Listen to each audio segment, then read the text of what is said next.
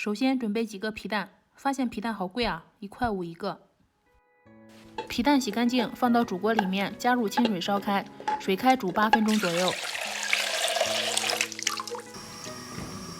趁这个时间，把大蒜切成末备用。再准备几根青红辣椒，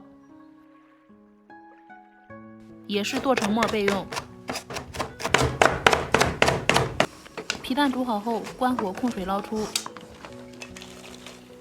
放到凉水里面泡一下，再切点姜末备用。放凉的皮蛋，去掉外皮，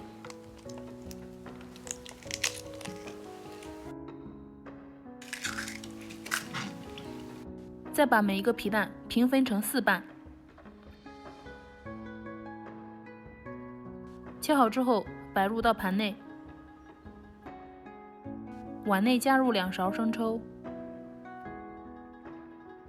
1勺香醋、适量香油、1勺红油辣椒，少许食用盐，搅拌均匀。把料汁浇在皮蛋上面，最后撒一点葱花装饰一下。这样做的皮蛋开胃不油腻，非常好吃。